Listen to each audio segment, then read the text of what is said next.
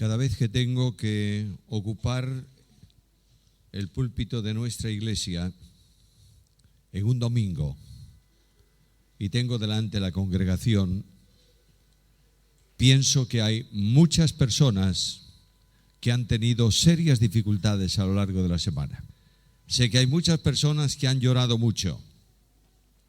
Sé que hay muchos corazones llenos de problemas. Por tanto, hace mucho tiempo que yo procuro que el tema del domingo sea eminentemente un tema de aliento, para que esta tarde, tal vez con tu problema sobre ti, salgas feliz porque sepas que Dios está en el control de tu vida y puedas conocer a Dios en una dimensión personal, en una forma especial, y puedas seguir dando un paso de fe mañana por la mañana y pasado mañana hasta el próximo domingo o hasta que el Señor venga. Esta es la bendición que tenemos cuando abrimos la Biblia. La Biblia es esencialmente un libro de gracia, un libro de aliento y de consuelo, un libro de esperanza, un libro de conducción. Y abro la Biblia esta tarde en Jeremías capítulo 24 y versículo 8. Ahí al final de ese versículo 7, me faltan mis gafas, por eso voy por fe esta tarde.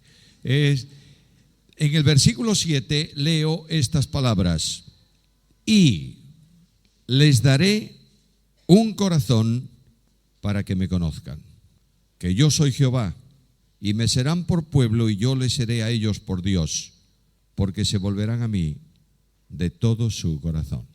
Lo que yo quiero llamar vuestra atención es a la primera frase del versículo: les daré corazón para que me conozcan. Cuando leo el versículo encuentro ahí tres cosas. En primer lugar, el conocimiento. Tenemos que conocer a Dios. En segundo lugar, ¿cómo conocerlo? Y debemos preguntarnos de qué manera Dios se hace o permite que nosotros le conozcamos. Y en tercer lugar, ¿cuáles son las consecuencias de ese conocer a Dios en nuestra vida personal? Conocer a Dios es necesario, esencial, porque nadie puede ser salvo si no conoce a Dios. De manera que Jesucristo el Señor, orando a su Padre en Juan capítulo 17, dice, entre otras muchas cosas, estas palabras: la vida eterna es que te conozcan a ti, el único Dios verdadero, y a Jesucristo, a quien tú has enviado.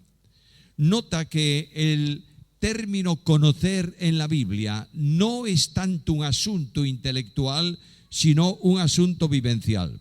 La primera vez que ese verbo aparece en toda la Escritura lo tienes en Génesis capítulo 3, en donde se lee, y capítulo 4 también, pero donde se lee que conoció Adán, capítulo 4, conoció Adán a su mujer Eva y dio a luz un hijo. No es que Adán no conociese intelectualmente a Eva.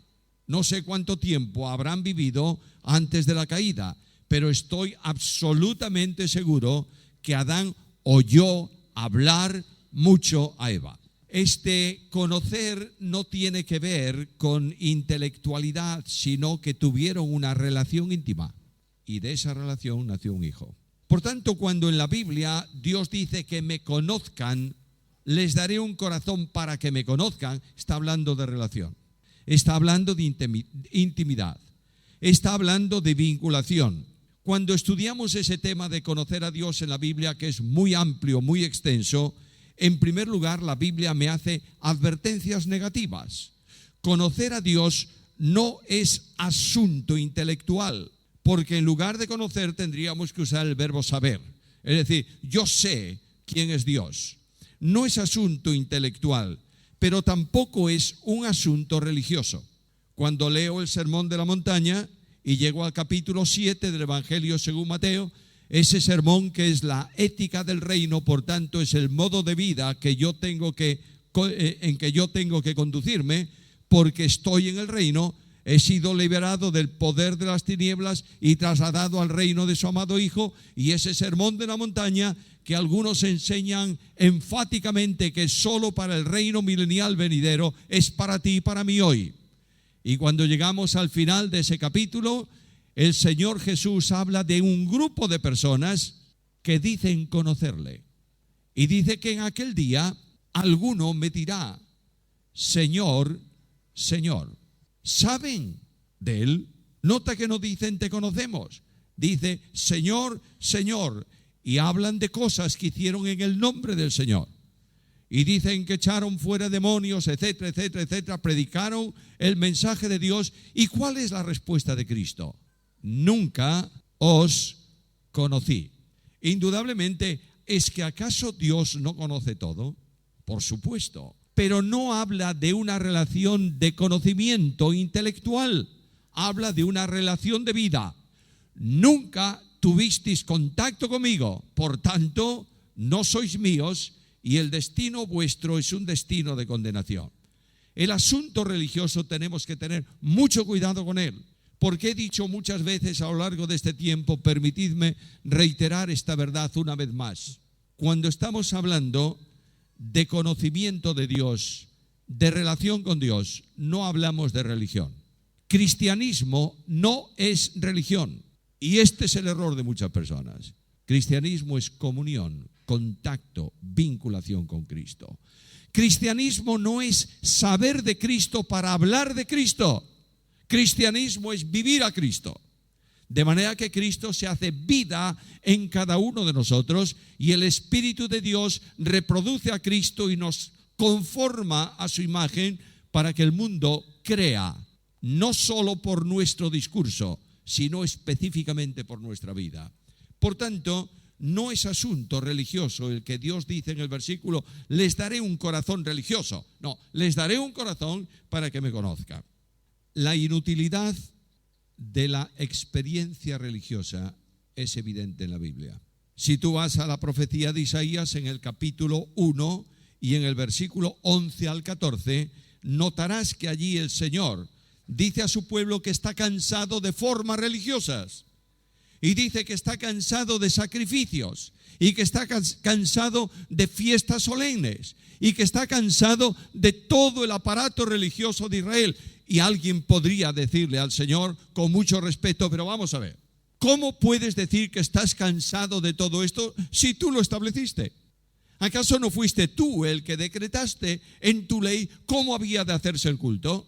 ¿Acaso no estableciste tú en tu ley que cómo habían de ser los sacrificios? ¿No estableciste tú cuál era el sacerdocio que tenía que llevarlos a cabo? ¿Lo estableciste tú? ¿Cómo puedes decir tú que estás cansado de lo que has establecido? Y Dios responde un poco más allá. Nunca corre Dios, nunca llega tarde. De manera que no le contesta al profeta ya. Le dice un poco más adelante, ¿sabes por qué? Porque este pueblo se acerca a mí con su boca. Con sus labios me honra, pero su corazón está lejos de mí. Y los mandamientos míos son para ellos como mandamientos de hombres. No tienen gran importancia. Por tanto, cuidado con la cuestión de religión. Cuidado con el sistema religioso, que muchas veces pensamos que estando en una determinada práctica y haciéndolo de una determinada forma y manera, nosotros agradamos a Dios. Quiero decir con toda la autoridad de la Biblia esta noche, Dios no está contento contigo por lo que tú haces, sino por donde tú estás. Dios no tiene agrado en un pueblo que viene a cantarle y a leer la Biblia, por ser un pueblo así. Dios tiene agrado porque estamos en Cristo. Y la relación con Él no es una relación religiosa, es una relación de comunión. El Padre se ha agradado de esta reunión esta tarde. ¿Sabéis por qué? Porque estamos delante de Él en Cristo Jesús. Además de esto, la razón de ese asunto religioso lleva a otro error. Algunos pretenden conocer a Dios por profesión. He profesado fe, he hecho algún acto especial, algunas veces oigo por ahí una frase, que casi se ha hecho dogma de algunos grupos y algunas organizaciones. Y viene una persona y le preguntas, ¿tú has creído en Cristo? Sí. ¿Y cuándo has hecho la oración? Tú puedes hacer 1 y 50 oraciones. No, eso no vamos a preguntar eso. ¿Cuándo has levantado la mano? Tú puedes levantar las 2 manos y los pies y no ser salvo. Porque la cuestión no está en lo que tú haces, sino en la entrega incondicional de tu vida al Señor. Hay muchos creyentes que yo conozco que no pueden fijar la fecha de su conversión. Yo soy uno. Yo he recibido a Cristo cuando tenía 6 años. ¿Cuándo? Lo único que me acuerdo es que era un culto de oración misionera. Pero si tú me dices, no, por favor, la fecha, pues no lo sé. ¿Y cómo fue? Bueno, sé que el Espíritu de Dios me tocó y me llevó a Cristo.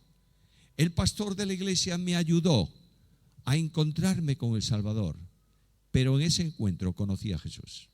Y cuando tú conoces a Cristo de esta manera, oyes en la intimidad de tu alma las palabras del Espíritu que reproducen las palabras de Jesús. Confía, hijo, tus pecados te son perdonados. El problema de la profesión es también delicado en el mundo del conocimiento de Dios, porque algunos profesan creer, pero no tienen esa creencia.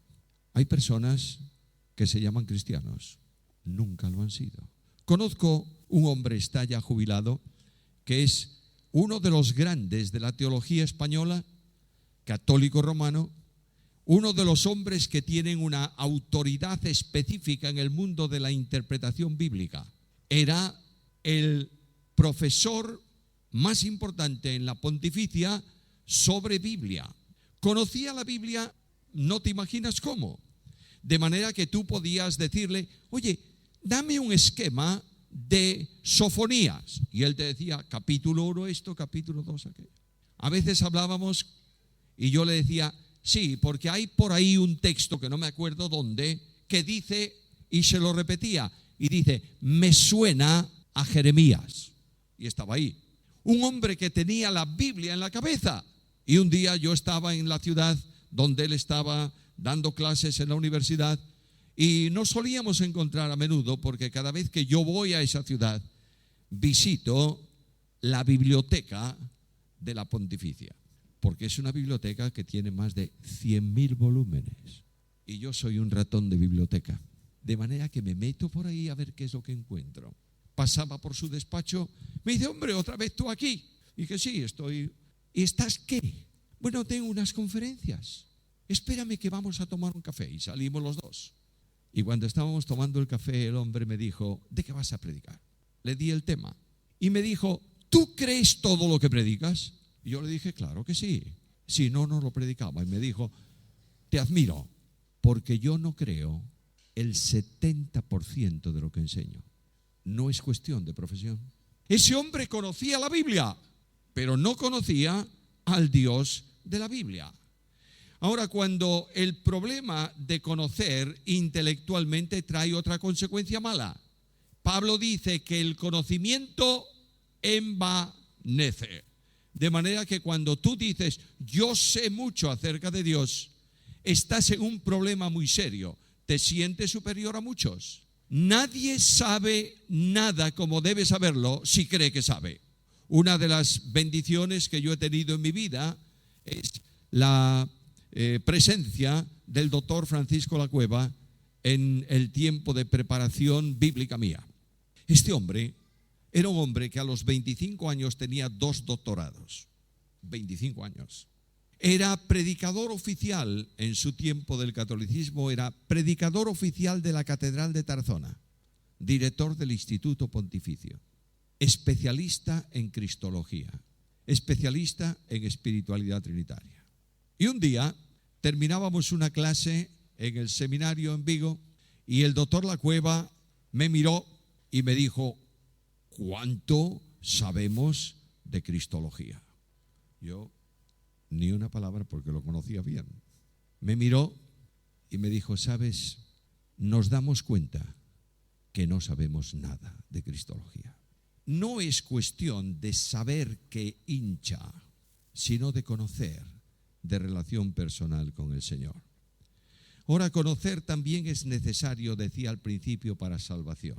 No puedo ser salvo si no conozco al Salvador. No puedo ser salvo si no estoy en contacto con el Salvador. Porque Cristo Jesús dijo algo muy importante en su ministerio. Yo soy el camino, la verdad, la vida. Nota que ahí hay artículos determinados delante de cada una de esas palabras. No dice yo soy un camino, dice yo soy el camino. Y quiere decir Jesús, a continuación, nadie viene al Padre, nadie puede ser salvo, nadie puede llegar a Dios, nadie puede acceder a su presencia a no ser por mí. Cristo es el gran camino por el cual Dios primeramente viene al encuentro del hombre. A veces creemos que Cristo como camino es un camino de ida del hombre a Dios. Pero para que haya camino del hombre a Dios es necesario primero que haya camino de Dios al hombre. Por tanto, Cristo viene como camino y en Cristo y por Cristo Dios viene al encuentro del hombre. Este hombre ha sido siempre rebelde. ¿Lo crees o no? El hombre no tiene ningún interés en Dios. Esta teología rara que funciona ahí por el mundo, que coloca la salvación una parte en Dios y otra parte en el hombre, no está en la Biblia. La idea de que el hombre busca a Dios no es verdad. Bueno, alguien me va a decir esta noche en este lugar, yo lo he buscado hasta que lo encontré. Claro que sí.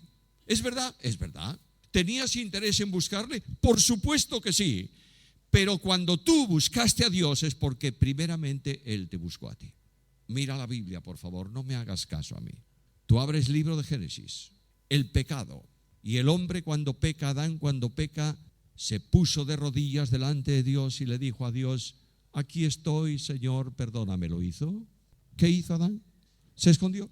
¿Quién buscó a Adán? Dios. Capítulo 53 de Isaías. Todos nosotros, sin excepción, nos hemos descarriado como ovejas, cada cual se acercó a Dios por su camino, no, se alejó de Él por su camino. Y alguien me puede decir esta noche, oye, ¿estás tomando versículos por los pelos del Antiguo Testamento? Bueno, todos para ti. Voy a uno del Nuevo Testamento. Romanos capítulo 3, versículo 10 en adelante. No hay justo, ni aun uno.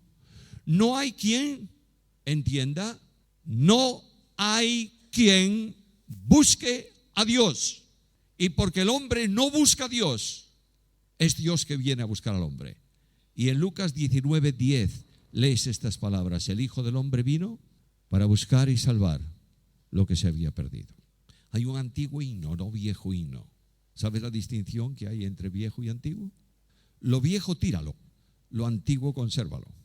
Hay un antiguo himno que se cantó muchas veces en nuestra iglesia en Vigo y hace una temporada que no se canta, tengo que recuperarlo, que dice: yo te busqué, Señor, mas descubrí que tú impulsabas mi alma en ese afán, que no era yo quien te buscaba a ti, tú me encontraste a mí. Te hallé, Señor, mi amor te di, mas solo fue en respuesta a tanto amor, pues desde antiguo mi alma estaba en ti, siempre me amaste así. Esta es la bendición. Y esta es la realidad. Dios viniendo al encuentro del hombre, ¡qué maravilla tan extraordinaria! No está respondiendo al deseo del hombre de buscarle, está viniendo a buscarle. Y esta es la gloriosa dimensión que tenemos que conocer en Cristo Jesús. Cuando voy a la carta del apóstol Pedro, en el primer capítulo y en el versículo 2, la Biblia me habla de cómo Dios actúa para llevarme a una experiencia de obediencia a Él. Porque nadie puede ser salvo si no obedece al llamado de Dios. Yo quiero que tengas claro esto, por favor. No hay salvación sin la obra redentora de Cristo. ¿Es verdad? ¿Verdad? No hay salvación sin la regeneración del Espíritu. ¿Es verdad? ¿Verdad? Pero no hay salvación sin el llamado del Padre. Y Jesús dijo algo muy serio: nadie puede venir a mí si el Padre que me envió no lo trajese. Dios el Padre tiene una misión en la obra salvadora de enviar al Hijo, el Hijo una misión, morir por los pecadores, el Espíritu Santo regenerar al pecador que cree, pero además de eso, en la ejecución de ese programa, el Padre llama al hombre y lo lleva a Cristo. Alguien me va a decir, ¿solo el Padre? Solo. Un momento, porque yo en Mateo 11:28, ¿qué leo? Venid a mí los que estáis trabajados y cargados, y yo os haré descansar. ¿Quién llama, el Padre o el Hijo? El Hijo. No, Señor, el Padre. Pero si dice venid a mí, escucha lo que dice Jesús. Yo no hablo nada de mí mismo. Todo lo que hago lo he oído de mi Padre. El Padre llama para conducir a Cristo, y Cristo, que es expresión exhaustiva del Padre, dice venid a mí, porque es a donde el Padre conduce a los pecadores. ¡Qué maravilla tan grande! La salvación es de Dios. La bendición nuestra es entrar en contacto con Él para perdón de pecados y para vida eterna. Bueno, ya soy salvo por conocer a Cristo, por conocer a Dios. ¡Qué bendición! Pero la salvación no termina con la experiencia de la justificación. Ahí nace. La salvación tiene un proceso, y el proceso siguiente a la salvación se llama la santificación. Yo no puedo santificar mi vida si no conozco al Señor.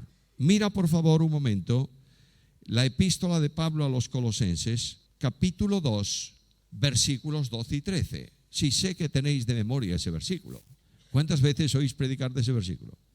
Unas cuantas, sobre todo del primero. De manera que lo que dice Pablo ahí es esto: ocupaos de vuestra salvación, ¿cómo? Con temor y temblor. ¿Y qué añade? Porque Dios es el que en vosotros produce así el querer como el hacer por su buena voluntad. De manera que no pretendas ser santo por ti. No puedes. Porque la santidad de Dios se mide con una medida absoluta, que es Cristo. La santidad de Dios es la santidad de Cristo. Y tú no puedes conseguir de manera ninguna alcanzar ese camino porque no tienes fuerzas en ti. Pero Dios produce el querer y el hacer por su buena voluntad. De manera que necesito conocer a Dios para vida santa. ¿Sabes por qué? Escucha a Jesús. Separados de mí, nada podéis hacer. Quiero llevar fruto para Dios. Y Cristo me dice, yo soy la vid verdadera. Todo pámpano en mí que no lleva fruto, lo quitará. Luego el fruto es posible por unión con Cristo. Tenemos necesidad de conocer a Dios de esa manera. ¿Lo conocemos? Escucha lo que dice el texto. Les daré corazón para que me conozcan. Ese conocimiento viene a la experiencia capital de cada día de nosotros porque Dios se asentó en nuestro corazón. No solamente en nuestro corazón está el Espíritu Santo, está la Trinidad Santísima. El Espíritu Santo es la persona residente. En el santuario de Dios, en el lugar santísimo, Dios se manifestaba y nosotros somos santuario de Dios. Dios nos hizo santuario suyo, nos hizo sacerdotes para que ministremos en el santuario y nos hizo sacrificios para que no tengamos que andar buscando por ahí lo que tenemos que ofrecer a Dios. En ese santuario de Dios que es cada creyente, Jesús dijo, todo aquel que me ama, mi Padre le amará y vendremos a él y haremos con él morada. Por tanto, el Dios admirable busca que le conozcas y se aproxima a ti para que puedas conocerle. Nadie podría conocer a Dios en la distancia de su majestad, pero lo conoces por su presencia en tu vida personal. ¿Cómo puedo conocerle? Diariamente. En primer lugar, yo lo conozco y tú también por la palabra. Y lo conozco por su palabra porque yo no tengo referencia para conocerlo de otra manera. No hay nada que pueda compararse con él. Tú conoces lo que es el frío, ¿por qué? Bueno, porque tocas un hielo y tienes una referencia de lo que es el frío. De manera que yo llevaba una vez a mi nieto tercero, en el automóvil y lo llevábamos en un invierno y pasábamos por la autovía donde había nieve y nieve y más nieve y más nieve. Y él me dijo: abuelo, ¿por qué no paramos un momento? Quiero tocar la nieve. Entré ahí en un apartamento, en un parque de la autovía, de la autopista, y él bajó corriendo y las manos en la nieve y la bola de nieve y tal. Y 3 minutos, no sé, después viene llorando y me dice: me duelen. Claro, ¿cómo no te van a doler las manos? Las has metido en el frío. Y conoce desde entonces lo que es el frío por contacto. De manera que yo no puedo conocer a Dios por referencias, porque Dios es infinito. Yo soy limitado. Él es glorioso. No tengo nada que pueda compararse con Él. Pero Él se revela a mí por medio de su palabra. Dialoga conmigo y me dice: así soy yo. Y me dice: así eres tú. Y me dice: pero yo, a pesar de cómo eres tú, estoy a tu lado. El Dios de la Biblia es el Dios de la revelación para que le conozcas. Escribió un libro para esto mismo. La pregunta mía es esta: ¿estoy interesado en conocer a Dios o no? ¿Estoy leyendo la Biblia? ¿Tengo un programa de lectura bíblica? ¿Abro todos los días mi Biblia y leo la Biblia? ¿Medito en eso que he leído? He leído una frase. Cuando veníamos para aquí, estaba leyendo esa frase: les daré corazón que me conozcan. Y esa frase ha revelado un montón de cosas acerca del conocimiento de Dios. Una simple frase de la Biblia. ¿Cuántas veces estás leyendo un versículo y ese versículo salta a tu encuentro y te dice algo para que conozcas a Dios? La Biblia como revelación para conocer a Dios. Pero conozco a Dios por el diálogo con Él. ¿Y cómo dialogo con Él? Por medio de la oración. A veces pensamos que la oración es un monólogo, y a veces es un monólogo. Venimos a la presencia del Señor y le decimos al Señor: dame, dame, dame. Y cuando ya me dio, ya no oro. La oración es un diálogo permanente. Escucha la Biblia. La Biblia dice: orad sin cesar. Si fuese un monólogo no lo podrías hacer. Tendrías que detener tu andadura. Tendrías que venir a su presencia de alguna forma e hincar tus rodillas y decirle: te quiero decir esto. No, de la misma manera que tú llevas a tu niño por la calle tomado de la mano y él habla contigo y tú con él, así es el diálogo con Dios, y así se cumple el mandamiento de orar sin cesar.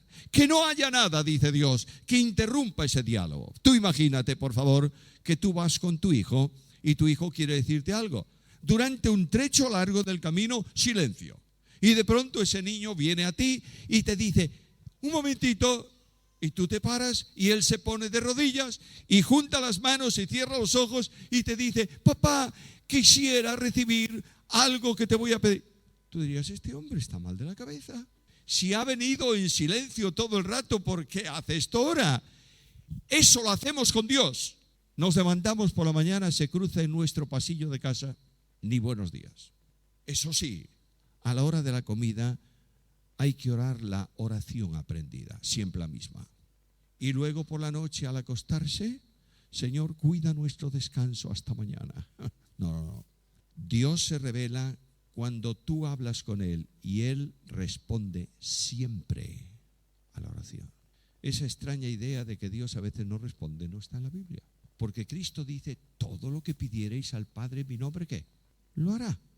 A veces la respuesta es muy diferente a lo que pediste, porque dice Pablo que nosotros no sabemos cómo debemos orar, pero el Espíritu intercede por nosotros con gemidos indecibles. Nosotros oramos, Él actúa en nuestra vida y yo conozco su amor, conozco su omnipotencia, conozco su soberanía. Hermanos queridos, esta perfección de Dios no se predica en las iglesias evangélicas hoy en día. Dios es soberano. Y Dios hace lo que quiere, cuando quiere y como quiere. ¿Lo crees? Y ese Dios de la soberanía va a traer en tu experiencia de comunión con Él muchas veces un acontecimiento, una situación para la que tú no tienes respuesta, pero tienes pregunta. ¿Cuántas veces has dicho al Señor: ¿por qué? ¿Lo has hecho? Los más santos de nuestro tiempo dice: nunca preguntes por qué. ¿Qué tengo que preguntar? ¿Para qué? Fantástico. Esos héroes de la fe me impactan. Pero mi fe es así de chiquita. Es como un pábilo que humea. Es como una caña media rota que no puedo apoyarme en ella. Esa es mi fe. Luego, antes de saber el propósito, quiero saber el por qué. ¿Y hago mal? No, Santiago me dice que hago bien. Y Santiago me dice: cuando estés en una prueba y no sepas por qué, ¿qué tienes que hacer? Pregúntale a Dios. No se va a enfadar contigo. Ahora quiero decirte algo. Durante toda mi vida, especialmente en los momentos más difíciles, yo he preguntado por qué. ¿Sabes qué ocurrió? Nunca me contestó. Guardó silencio. Y yo digo: ¿cómo es posible? Y él me dice: si yo te contestara el por qué, no lo ibas a entender. Imagínate tú que tienes un niño pequeño. Ese niño pequeño quiere cruzar la calle. ¿Por dónde? Pues por un sitio donde no hay un semáforo o por un lugar donde no está el paso de cebra y te dice: vamos a cruzar, vamos a cruzar. Tú le dices a ese niño ¿qué? No. Pero tú no levantas a ese niño y le dices: mira, espérate, te voy a explicar por qué. Porque si cruzamos por aquí y el automóvil viene, nos va a atropellar, vamos a tener que... No lo entiende, porque es un niño. Simplemente le dices no. Esto lo hace Dios con nosotros, pero siempre contesta positivamente a nuestras oraciones. Me costó mucho trabajo entender esto y aprenderlo. Y lo he aprendido de una forma muy especial cuando el Señor llevó a mi esposa a su presencia. El viernes fue el entierro. 10 días antes, el médico que la trataba, la atendía, 15 días antes, el médico que la atendía me llamó y me dijo: enhorabuena, tu esposa está curada, no tiene nada. Disfrutad de la vida. 10 días después partía para estar con Cristo. Aquella noche, del sábado al domingo, yo desperté y dije al Señor: nunca más vuelvo a predicar sobre tu promesa de responder la oración, porque no puedo creer en eso. Yo te he pedido y tú dices que cuando yo te pida, tú vas a responder. La iglesia ha estado orando y tú dices que cuando dos se ponen de acuerdo, tú respondes. No lo has hecho, no lo has hecho. Y el Dios bueno, el Dios cariñoso, llevó mi pensamiento a Apocalipsis capítulo 21, versículo 4. Y me dijo: ¿tú pedías por sanidad para ella? Sí, ya está sana. Allí no hay enfermedad. ¿Tú pedías por ayuda para que no sufriera, no llorara? Sí, allí no hay lágrimas.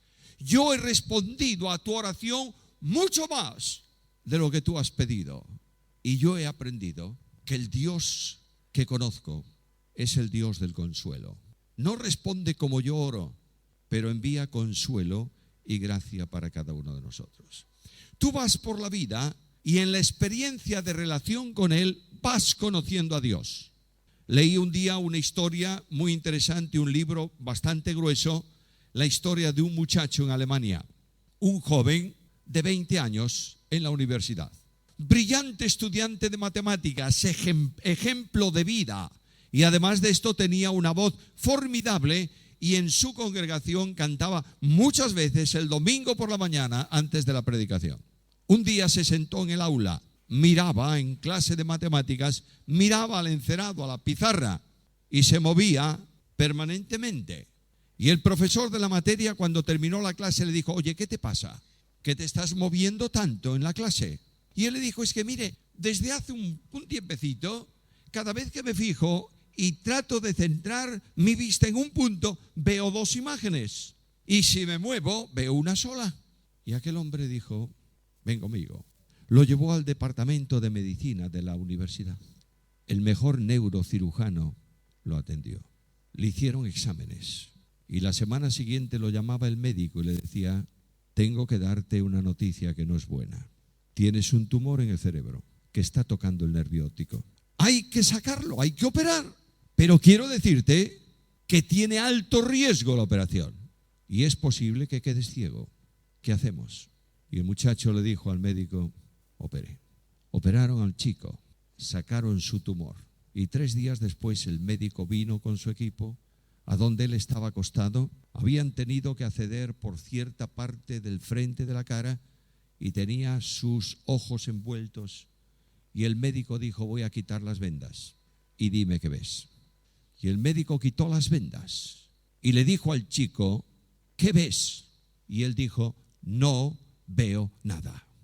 Y aquel hombre puso su mano encima del muchacho y le dijo: lo siento mucho, es irreversible. ¿Te imaginas?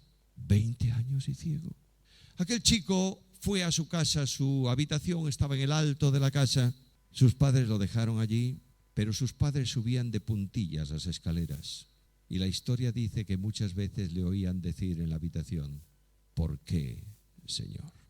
El pastor de la iglesia lo vino a visitar varias veces y una de las ocasiones le dijo: ya estás bien, el médico dice que puedes salir a la calle, ¿por qué no vas a la iglesia el domingo? Y el chico le dijo: ¿y para qué? Y el pastor le dijo: para hacer lo que siempre hiciste, alabar a Dios. Se pusieron de acuerdo, nadie lo sabía en la iglesia, solo el organista. Llevó al chico en su automóvil a la iglesia, lo puso en el despachito detrás del púlpito, comenzó el culto e iba a llegar el momento de la predicación. Y el pastor dijo: quiero decir a la iglesia que tenemos la bendición hoy de tener con nosotros, y mencionó su nombre. Y abrió la puerta y trajo de la mano a un ciego delante de la iglesia. Y aquel hombre se agarró al púlpito y el órgano comenzó a tocar y él empezó a cantar: en el seno de mi alma una dulce quietud se difunde, embargando mi ser, una calma infinita que solo podrán los amados de Dios comprender. Y no pudo más. Y empezó a llorar. Y el organista se dio cuenta de la situación. Sacó registros de aquel órgano de tubos de la iglesia y con toda la fuerza de ese instrumento tocó la estrofa una vez más. Bajó al recitativo del órgano y el chico tomó aliento y cantó el coro: paz, paz. Cuán dulce paz es aquella que el Padre me da. Yo le ruego que inunde por siempre mi ser en sus ondas de amor celestial. ¿Sabes qué es eso? Gracia y conocimiento de Dios. Dios apoyándote en las dificultades. Dios viniendo a tu encuentro para que tú le conozcas y te dice con todo el cariño de su corazón hacia ti: no temas, yo estoy contigo. Conozco a Dios por medio de Jesucristo y esta es mi esperanza. Cuando yo creo en Cristo y acepto su obra salvadora y vengo a recibir la vida eterna, el pensamiento mío se orienta ¿hacia qué? ¿Hacia el pasado? Bueno, a veces sí. ¿Hacia el presente? También, pero sobre todo estoy mirando el futuro. Yo no sé cuánto tiempo tendré de vida aquí. No sé cuánto tiempo el Señor me dejará seguir en el ministerio. No sé cuántas veces podré predicar otra vez. No sé si podré escribir o no, pero sé que al final del camino, en el fondo del camino, está Jesús. Y sé que voy a estar para siempre con Él en su presencia.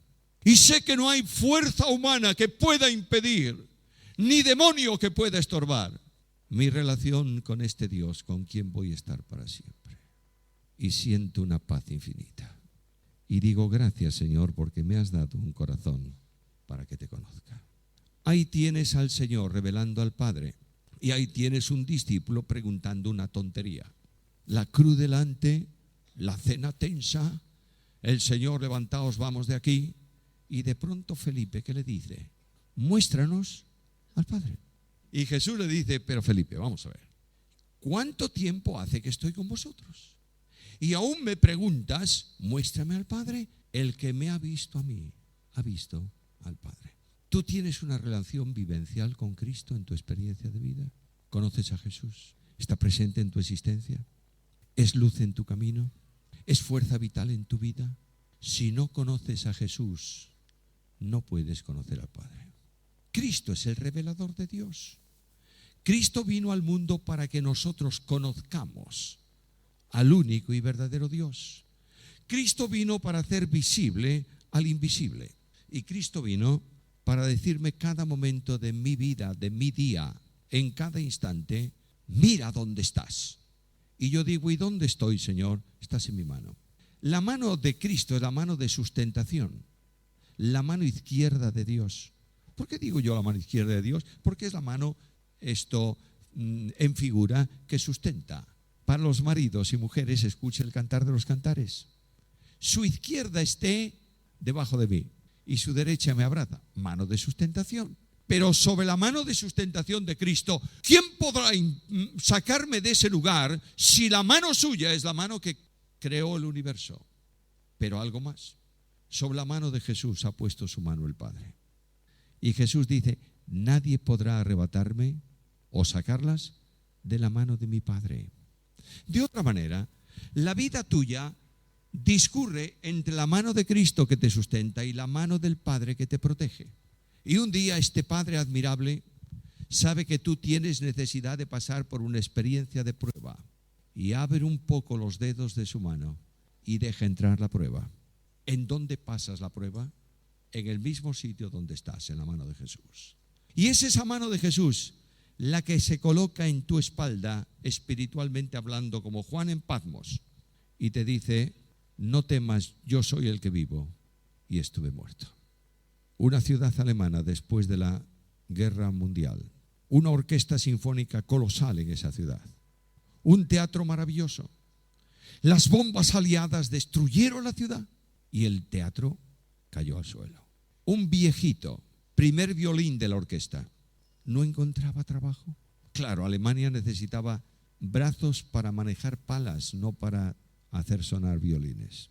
Y aquel hombre llegó a una depresión impresionante.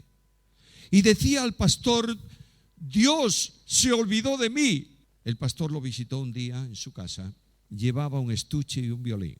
Y le dijo, vengo a pedirte un favor. Quiero que afines este violín porque no suena bien. El músico tomó el violín, apretó una clavija, probó la cuerda, otra. Y después que tuvo las cuerdas apretadas, puso el violín en el hombro y comenzó a sonar fantásticamente. Se lo devolvió al pastor y le dijo, mire, este violín no podía sonar porque tenía las cuerdas flojas. El pastor guardó el violín en el estuche y le miró a él y le dijo, esto es lo que Dios está haciendo ahora en tu vida, apretando tus cuerdas para que suenes conforme a la voluntad de Dios. Oh, mi hermano, qué bendición es conocer a Dios. Qué maravilla saber que cuando tú salgas esta noche de este lugar, la compañía de Jesús, tu Salvador, va a estar a tu lado. Y el Espíritu Santo de Dios va a tocar tu corazón para decirte, tú eres hijo de Dios. Y vas a sentirlo, no en la teología, sino en la experiencia con el Espíritu Santo. ¿Cuáles son las consecuencias? Cuando tú conoces a Dios, hay un enfoque de vida diferente. Las pruebas con amargura que puedes o que pasas no te van a alterar, porque nunca pensarás, pudo haber sido y no fue, porque sabes que Dios está en el control de tu vida. ¿Crees esto? Dios controlando tu vida, Dios permitiendo lo que es bueno para ti. Y el apóstol Pablo, cuando escribe la carta a los filipenses, a veces en situaciones tremendamente difíciles, él dice, todo lo puedo en Cristo que me fortalece. Esa palabra Cristo se añade en la traducción porque se está buscando o poniendo el sujeto para que se pueda leer. Pero el original dice todo, para todo tengo fuerza en aquel que me da el poder. Es Cristo que comunica poder a la vida cristiana. El que conoce a Dios, las pérdidas que sufre y la cruz que lleva dejan de inquietarle porque se sostiene como viendo al invisible. Extiendes tu mano en medio del valle de sombra de muerte y sabes que allí está la mano de Jesús. ¿Sabes lo que es una sombra? Bueno, una sombra es el efecto que produce un objeto sólido cuando se interpone a la luz, ¿verdad? En Galicia hay un animal, bueno, hay muchos animales, pero de dos patas unos cuantos, pero hay un animal que en cierta medida es un poco peligroso, es el lobo. Las manadas de lobos andan por los montes en invierno. A los niños siempre se les cuenta las historias, los cuentos de ¿qué? de Caperucita y el lobo feroz. Entonces tú tomas a un niño, pones tus manos de alguna manera, una luz, y en la pared aparece una sombra que es como la cara de un lobo. Y le dices al niño, ¿qué ves ahí? Y el niño dice, y tú le respondes antes de que él conteste, el lobo.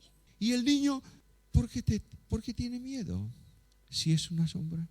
Porque detrás de esa sombra para él se oculta una realidad.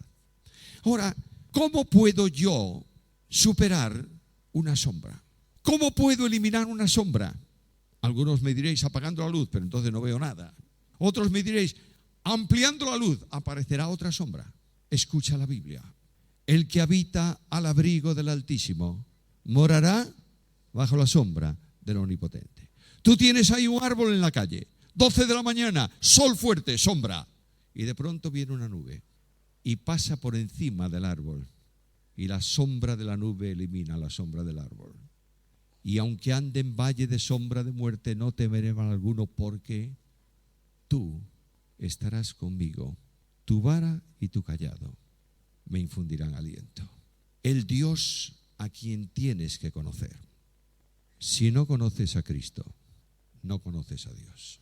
La gran necesidad que tú tienes esta tarde en este lugar, antes de terminar, es preguntarte si realmente has entrado en contacto con Cristo y Cristo está en tu vida y tú estás con Cristo.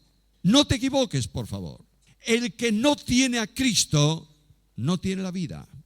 Y el que no tiene a Cristo está en el camino de la condenación, aunque sea muy religioso. Puede ser que seas hijo de creyentes, nieto de creyentes, bisnieto de creyentes, tataranieto de creyentes, como soy yo. Dios no tiene nietos, solo hijos. Y solo es hijo de Dios el que ha dicho a Jesús, Señor, te recibo como mi Salvador personal. No sé cuántos de vosotros tenéis a Cristo en vuestra vida y habéis dicho a Cristo, Señor, quiero que perdones mi pecado y que me salves. Yo quiero hacer 2 llamados esta noche, muy simples, muy cortos. Quiero pedir que inclines tu cabeza, que cierres tus ojos. Vamos a dejar que el Espíritu Santo de Dios hable a nuestra vida y aplique a nuestra vida su palabra hoy. Y mientras estás así en silencio, escucha a Jesús, que te está diciendo, venid a mí, los que estáis trabajados y cargados, y yo os haré descansar. Y en ese momento, en tu intimidad personal, te das cuenta que Cristo es solamente una teoría en tu vida, que no tienes la seguridad del perdón de tus pecados. Y dices al Señor, Señor, sálvame. Y entregas tu vida a Jesús. Y yo quiero preguntar cuántos de los que necesitan a Cristo esta noche están dispuestos a decir a Cristo ahora, aquí estoy, Señor, necesito conocerte, necesito darte mi vida. Y quieres, por favor, levantar tu mano ahí donde estás. Lo único que yo quiero es orar por vosotros un momento. Dios te bendiga. ¿Alguien más? Dios te bendiga. Hay personas que están esta noche viniendo a Jesús, pero hay otros muchos que tal vez están pensándolo, y yo quiero invitarles a recibir a Jesús como Salvador personal. ¿Hay uno más? Dios te bendiga. Si no te has atrevido a manifestar públicamente tu decisión por Cristo, yo quiero pedirte que al terminar la reunión no te muevas de donde estás sentado. Alguien vendrá a tu lado para ayudarte y conducirte a Jesús. Pero quiero hacer un llamado también a mis hermanos esta noche. Y quiero preguntar cuántos de los presentes quieren decir a Cristo esta noche, Señor, cuenta conmigo. Quiero un camino renovado. Quiero un compromiso contigo. Quiero decirte que te amo porque tú me amaste primero. Y quiero decirte, Señor, aquí estoy. Mi vida mis cosas, mi programa, mi proyecto son tuyos. ¿Cuántos esta noche de los creyentes quieren decir al Señor: Señor, cuenta conmigo? Y levantas, Dios te bendiga, Dios te bendiga. El Señor conoce lo que hay en vuestras vidas y yo glorifico al Señor por la acción de su Espíritu sobre vosotros. Y quiero pedirte una cosa, y es que vayas cuanto antes a los líderes de tu iglesia y digas: yo quiero servir a Cristo porque he tomado una decisión de hacerlo desde ahora en adelante. Que el amor del Padre, la gracia de Jesucristo y la comunión del Espíritu sea con todos vosotros. Amén.